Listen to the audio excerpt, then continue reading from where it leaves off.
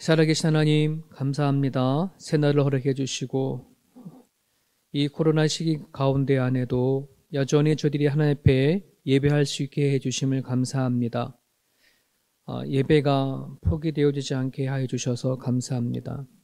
각자의 자리에서 말씀 붙잡고 기도로 하루를 시작하고자 원하는 하나님의 백성들을 좀 기억하여 주옵소서.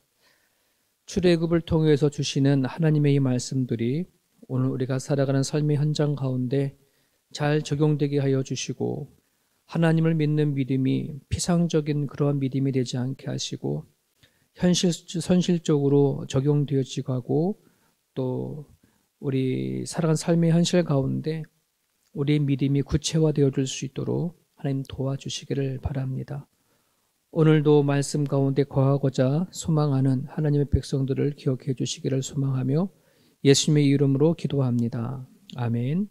오늘의 말씀은 출애굽기 22장 1절에서 15절까지 말씀입니다.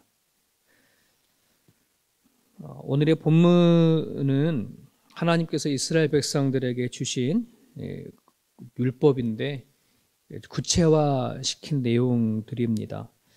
특히 손해배상에 관한 내용들이 담겨져 있습니다. 22장 1절부터 15절까지 크게 세 가지 이야기를 하고 있거든요. 가축을 도둑질했을 경우에, 그 다음에 타인의 농작물에 피해를 입혔을 경우, 그리고 남의 물건이나 짐승을 맡았을 때에 피해를 입었을 경우, 이런 세 가지의 큰 경우에 대해 관한 그런 말씀이 담겨져 있습니다. 우리 1절부터 15절까지 같이 읽겠습니다. 사람이 소나 양을 도둑질하여 잡거나 팔면 그는 소 한 마리에 소 5마리로 갚고 양 한 마리에 양 4마리로 갚을지니라. 도둑이 뚫고 들어오는 것을 보고 그를 쳐 죽이면 피 흘린 죄가 없으나 해 돋은 후에는 피 흘린 죄가 있으리라. 도둑은 반드시 배상할 것이나 배상할 것이 없으면 그 몸을 팔아 그 도둑질한 것을 배상할 것이요. 도둑질한 것이 살아 그의 손에 있으면 소나 낙이나 양을 막론하고 갑절을 배상할지니라. 사람이 밭에서나 포도원에서 짐승을 먹이다가 자기의 짐승을 놓아 남의 밭에서 먹게 하면 자기 밭에 가장 좋은 것과 자기 포도원에 가장 좋은 것으로 배상할지니라. 불이 나서 가시나무에 댕겨 낯가리나 거두지 못한 곡식이나 밭을 태우면 불 놓은 자가 반드시 배상할지니라. 사람이 돈이나 물품을 이웃에게 맡겨 지키게 하였다가 그 이웃 집에서 도둑을 맞았는데 그 도둑이 잡히면 갑절을 배상할 것이요.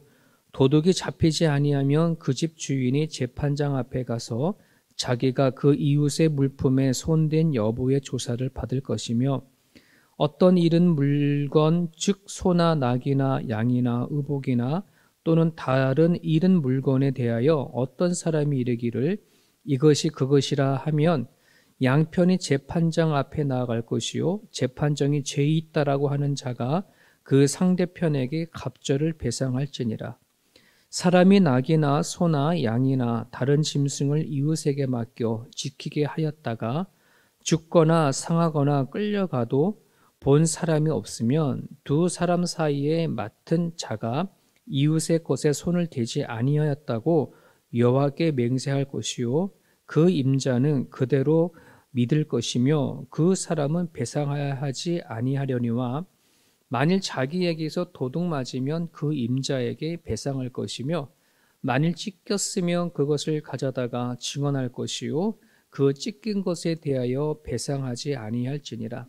만일 이웃에게 빌려온 것이 그 임자가 함께 있지 아니할 때에 상하거나 죽으면 반드시 배상하려니와 그 임자가 그것과 함께 있었으면 배상하지 아니할지니라. 만일 새 낸 것이면 새로 족하니라. 아멘.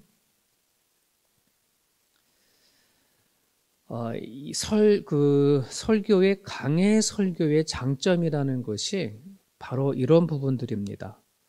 만약에 누군가가 그냥 성경에 있는 어느 부분을 가지고 설교하라라고 하면 강의 설교가 아니고 그냥 목회자가 설교의 본문을 정해서 설교를 하게 되어지면 솔직히 이런 부분들은 선택하지 않습니다. 뭐 굳이 설교해야 할 수 있는 그런 부분들이 많지 않거든요. 그냥 하나님께서 그 당시에 이스라엘 백성들에게 주신 율법이구나 하고 그냥 읽고 가면 이제 끝나는 건데, 이처럼 뭐 매일 성경이나 또는 강해 설교를 하게 되어지면 이렇게 본문 순서대로 가잖아요. 그러다 보면 이 부분을 그냥 넘어갈 수 없는 부분이 되어지거든요. 저도 지금까지 목회하면서 이 본문을 가지고 설교를 하는 거는 저도 지금 처음인 거거든요. 그래서 이 말씀을 어떻게 적용시켜야 되나, 이게 이스라엘 백성들에게 주신 하나님의 말씀인데 오늘 이 말씀을 우리에 적용시켜서 말씀을 묵상하고 전한다는 게 참 쉽지가 않은 이제 그런 본문인데, 나름대로 성경을 읽으면서 그런 생각을 해봤어요. 참 하나님은 우리의 인간의 속성을 너무나 잘한다. 이런 생각을 갖게 되었어요. 어쩜 이렇게 그 인간이 살아가면서 부딪히게 되어지고 일어나는 문제에 대해서 이렇게 상세히도 알고 계실까? 이런 경우 저런 경우 이렇게 해서 하나님이 이럴 때는 이렇게 해라, 저럴 때는 저렇게 해라, 율법을 주신 것 자체가 이미 하나님께서는 우리가 어떤 고민을 하고 또 어떤 싸움을 하게 되어지고 어떤 결정을 내리고 우리의 마음에 어떤 마음이 있는지를 다 아시는 그런 하나님으로 비춰지니까 참 이 하나님의 말씀이, 이런 말씀을 읽으면서 참 사실적이다. 이게 먼 다른 나라 이야기가 아니고 또 하나님의 관한 이 메시지가 그냥 우리 일상생활과는 아무런 관련이 없는 게 아니라 너무나 깊숙이 들어와 있는 말씀이구나 하는 것을 이렇게 말씀을 읽으면서 느껴지는 이제 그런 대목입니다. 오늘 그럼에도 불구하고 오늘 말씀에서 몇 가지 같이 말씀을 나누면서 오늘 하루를 또 말씀을 붙잡고 하루를 시작했으면 좋겠습니다. 먼저 가축을 도둑질했을 때의 그 절도에 관한 내용입니다. 절도에 관한 법의 규정인데, 가축을 도둑을 당한 거죠. 그런데 그 도둑을 잡고 보니까 훔친 동물이 아직 산채로 있을 때에는 도둑이 2배로 갚아줘야 한다. 가축을 훔쳐서 갔어요. 근데 그 도둑을 잡았어요. 근데 그 가축이 다행히 팔지도 않고 죽지도 않고 있는데, 그러면 도둑은 훔쳐간 것에 2배를 갚아라, 이런 거죠. 근데 이미 잡아먹었거나 팔았을 경우에는 황소 한 마리당 5마리를 줘야 돼요. 양 같으면 한 마리당 4마리를 줘야 되는 거죠. 왜 이렇게 하셨을까를 보게 되면 예나 지금이나 양보단 소가 비싸죠. 그죠? 그리고 양은 되게 온순해요.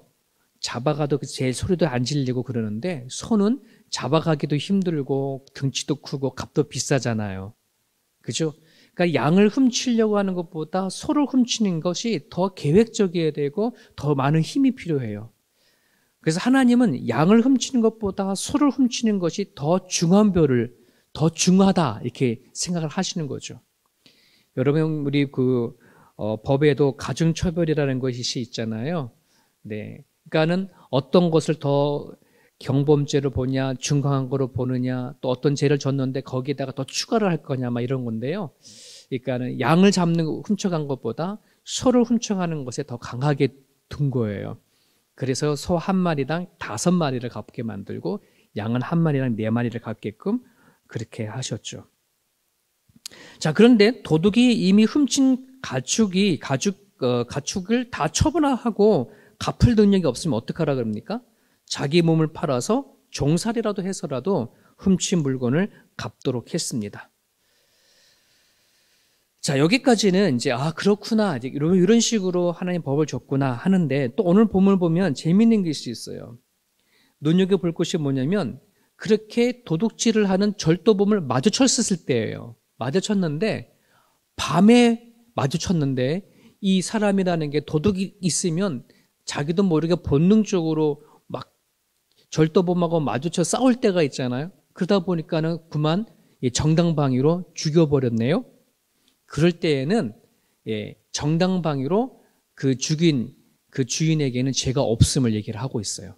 자, 그런데 오늘 말씀을 보면 해 돋는 후에라는 말이 있어요. 이 말은 대낮에 해가 돋은 이후에 날이 밝은 달에 도둑이 왔는데 이거를 뭐 하다 싸우다 보니까 도둑을 죽이게 됐단 말이죠. 정당방위라고 하지만 낮에 죽인 것은 그거는 살인에 해당한다라고 얘기를 합니다. 이게 우리가 좀 눈여겨봐야 돼요.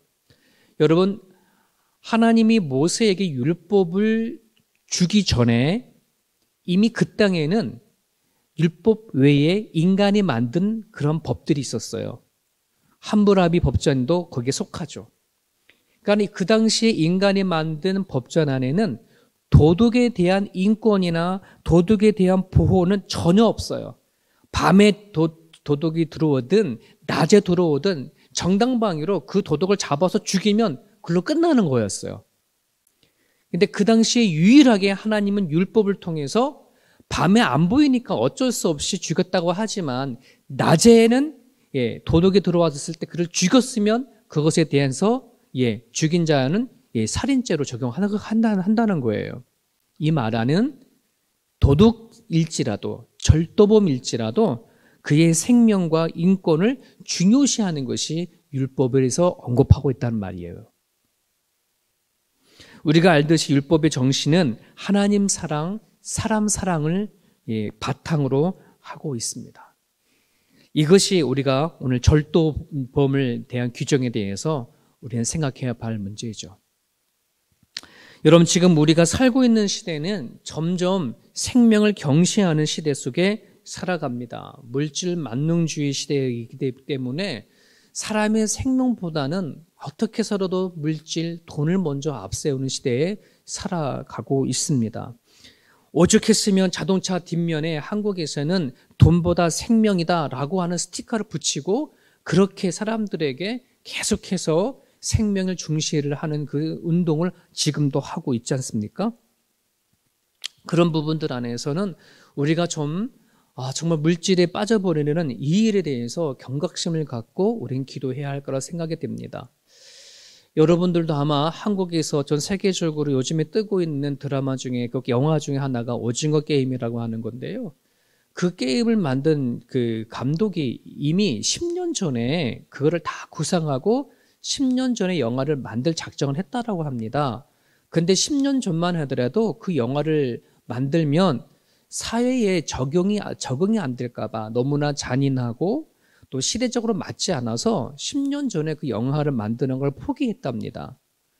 그런데 지금 10년이 지난 지금에는 그 영화에 나오는 그 상황이나 지금이나 별 차이가 되지 아니하고 도리어 현실이 되어져 버려서 오늘날 그 드라마, 그 영화가 이렇게 방영되어졌을 때에 세계적으로 이것이 인기가 되고 흥행이 되어지는 이유가 거기 있다는 겁니다. 지금 우리와 현실과 너무 닮았다는 거.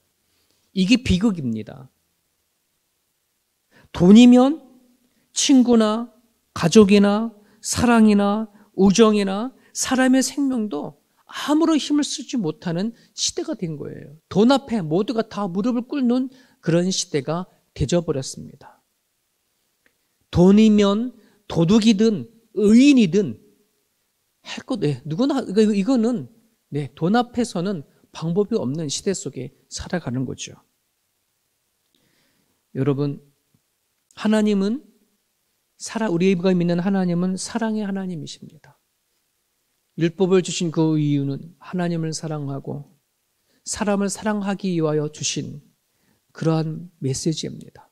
법을 지키기 전에, 법을 행하기 전에 사람이 있음을, 사람을 사랑해야 하는 것을 우리에게 알려주시고 있습니다. 자, 두 번째 법 규정은 농작물에 피해를 입은 경우입니다.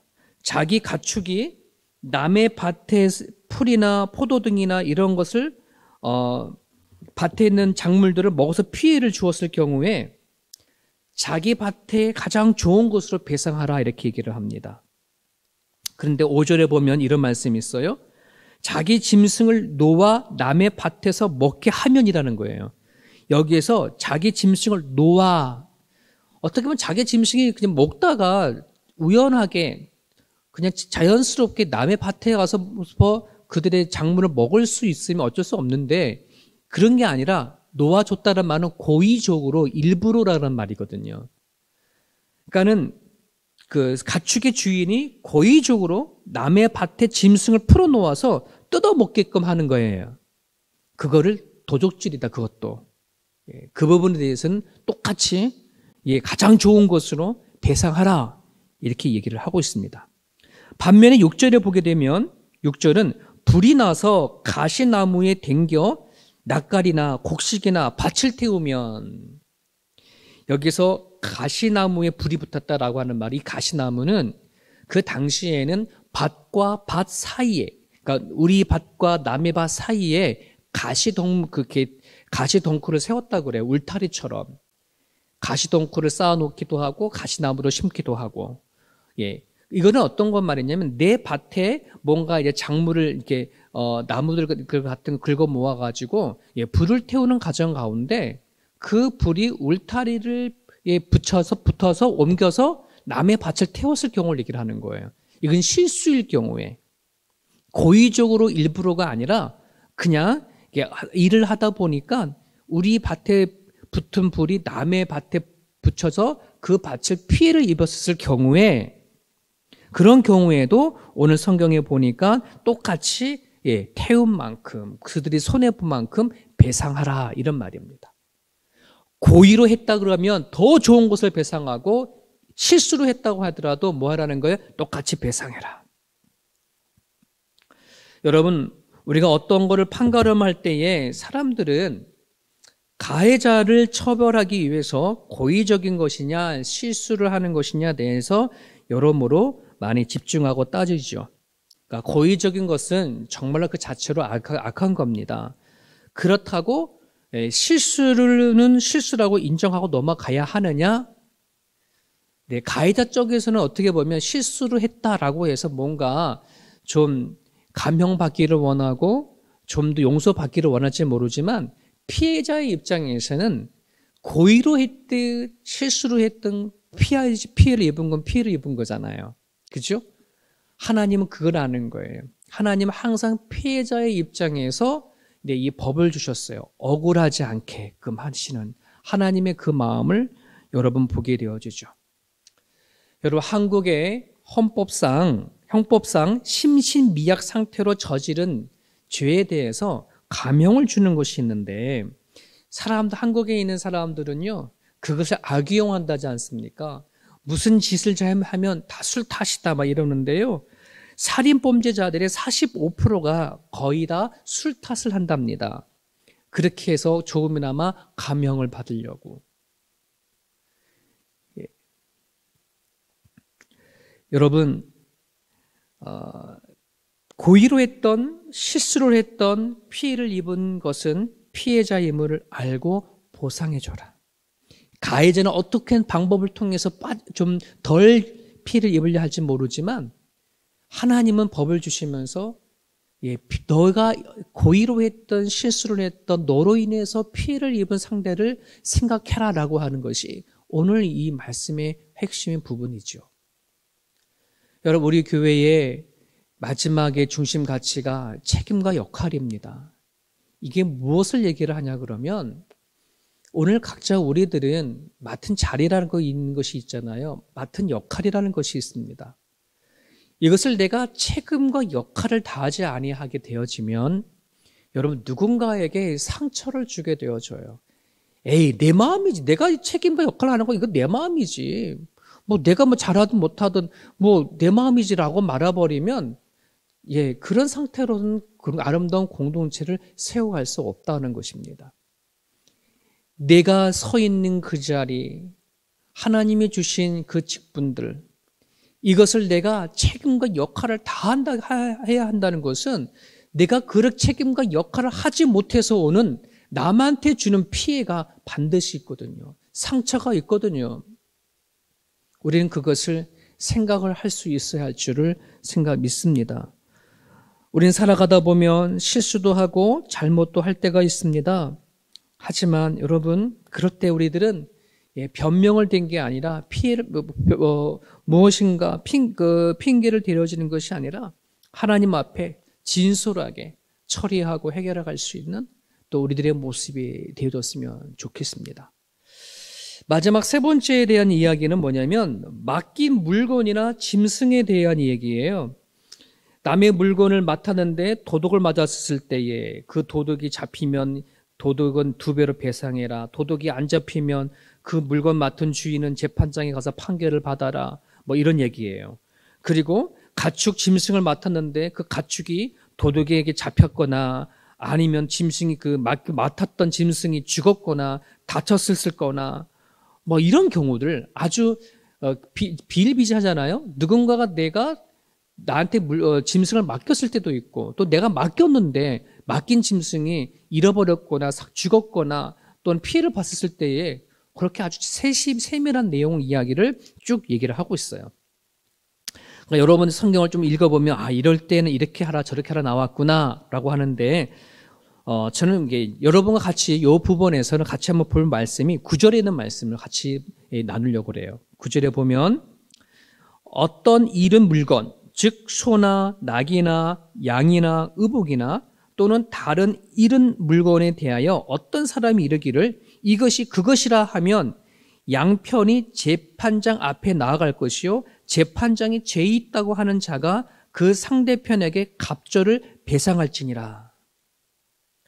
물건을 맡겼던 자가 물건을 보관했던 자의 재산 중에서 일부를 자기 소유라고 주장하는 경우를 얘기를 하는 거예요. 즉 소유권십인 겁니다. 예를 들면 이런 거죠. 저의 물건을 내가 누구한테 맡겼어요.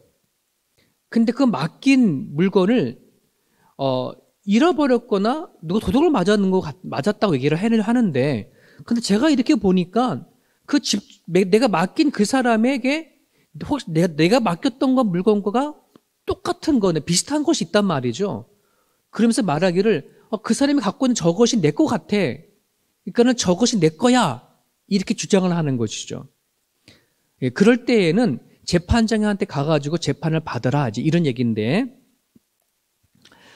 그랬을 때에 만약 이런 경우죠. 정말 내가 그 재판을 했는데 그 맡긴 사람이 내 것을 착복해가지고서는 마치 자기 것냥 그렇게 했어. 그럼 그것이 발각이 되어져 버리면 착복한 사람은 배 이상으로 저한테 줘야 되는 거예요. 그런데 제가 분명히 저 사람이 내 거를 잃어버렸다고 하지만 자기가 갖고 있는 게 내 거 같아.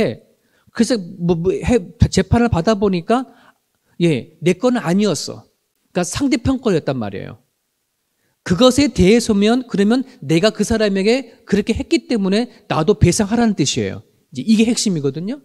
이거를 무고죄라 얘기합니다. 무고죄. 그러니까 추측하는 거잖아요. 이웃에 대해서 정말 저 사람은 내 거를 가지려고 한 것도 아니고 착복하려고 하는 것도 아니고 정말 잃어버렸다고 얘기를 했는데 내가 강력하게 당신 그거 갖고 있는 게 내 거야 라고 하면서 무고하는 거죠. 죄로 덮어버리는 거예요. 그가 죄인처럼 그렇게 얘기를 하는 거죠. 하나님은 이거를 뭐라 똑같이 얘기를 하냐 그러면 죄를 짓는 거와 똑같이 얘기를 하는 거예요. 여러분 오늘날 우리가 살아갈 때 도둑질은 큰 죄로 알지만 이웃에 대해서 무고하게 하는 것은 대수롭지 않게 여기는 경우들이 더러 있거든요. 그러나 형법상 보면은 무고죄도 되게 큰 죄로 속해져 있어요. 그러니까 10년 징역이거나 1,500만 원의 벌금을 물게끔 되어 있어요. 한국 같은 경우에는. 그런데 쉽게 이것이 무고죄가 성립되어지지 않기 때문에 너무나 많은 사람들이 여전히 이 시대에 정확하게 알지 못하면서 헛소문을 대거나 거짓 소문을 내고 억울하게 누명을 입히는 일들이 참으로 이 시대에 많이 일어나고 있다는 것이에요. 지금의 시대는 유튜버 시대라고 얘기를 하잖아요. 근데 이 유튜버 시대에 많은 유튜버들이 힘들어하는 것이 뭐냐면 악플을 대는 거예요. 눈에 보이지 아니하니까 그냥 자기가 보게 되면 그것에 대해서 이 사람이 어떤 저 또 떠나서 내가 느끼는 대로 내 감정대로 막 악플을 달아요. 그래서 한국에는 그 악플로 인해서 유튜버들이 많이 자살하고 죽고 또 그만 유튜브를 문 닫는 그런 경우가 현재 비일비재하게 일어나지 않습니까? 그래서 악플을 처리하는 어떤 법도 다시 만들어지고는 있는데 여러분 이처럼 우리들은 참으로 보이지 않는다고 또는 내 나름대로 추측성이거나 이런 걸 가지고 남에게 정확한 것을 알지 못하면서 뒤집어 씌우고 추측하고 죄를 생각하고 이런 경우들이 되게 많아요. 오늘 그리스도인들이 그거 조심해야 돼요. 정확하게 아닌 것에 대해서 우리 마치 내가 들었고 또 누가 말했고 막 이런 것들 때문에 우리는 그것을 너무나 쉽게 생각하고 말할 때가 참으로 많이 있다는 사실을 우리는 기억을 하셨으면 좋겠습니다. 여러분 우리는 사람 앞에 사는 자가 아니라 하나님의 시선 아래에 사는 사람들입니다. 사람은 얼마든지 속일 수 있고 숨길 수 있지만 하나님에게는 그럴 수 없습니다. 시편 101편 7편에 거짓 행하는 자가 내 집안에 거하지 못하며 거짓말하는 자가 내 목전에 서지 못하리라 분명히 말씀하고 계십니다. 레위기 19장 16절에는 너의 이웃을 해치는 소문을 내지 말아라. 너의 이웃을 죄인으로 몰아 죽임 당하게 하는 일이 없게 하여라. 나는 여호와라. 정확하게 말하고 있습니다. 사랑하는 여러분, 우리가 하나님 앞에 살아가는 존재인지를 분명히 인식하고 내가 생각하고 말하고 행동하는 것 하나하나가 정말 남에게 상처가 되지 않을까? 남에게 죄를 뒤집어 씌우는 것이 되지 않을까? 헛소문이지 않을까? 하는 것들을 우리는 잘 염두에 고 생각하고 살아냈으면 좋겠습니다. 오늘 이 주신 말씀을 붙잡고 같이 기도할 때에 오늘은 이렇게 기도했으면 좋겠습니다. 돈보다 생명을 중시 여기시는 하나님의 그 마음으로 오늘 이 시대를 위해서 기도해 주시기를 돈보다 생명이다. 생명을 놓고 우리가 기도했으면 좋겠고요. 두 번째는 나의 실수와 잘못을 회피하는 것이 아니라 책임을 잘 감당할 수 있는 우리에게 맡겨진 역할을 잘 감당할 수 있도록 여러분 기도해 주시고 하나님 앞에 또 내 생각과 내 행동을 제대로 잘 옮기며 살아갈 수 있게 해달라고 그렇게 이 시간 기도하시면서 하루를 시작했으면 좋겠습니다. 오늘도 주님 안에 승리하시는 복된 하루 되시기를 바랍니다. 기도하겠습니다.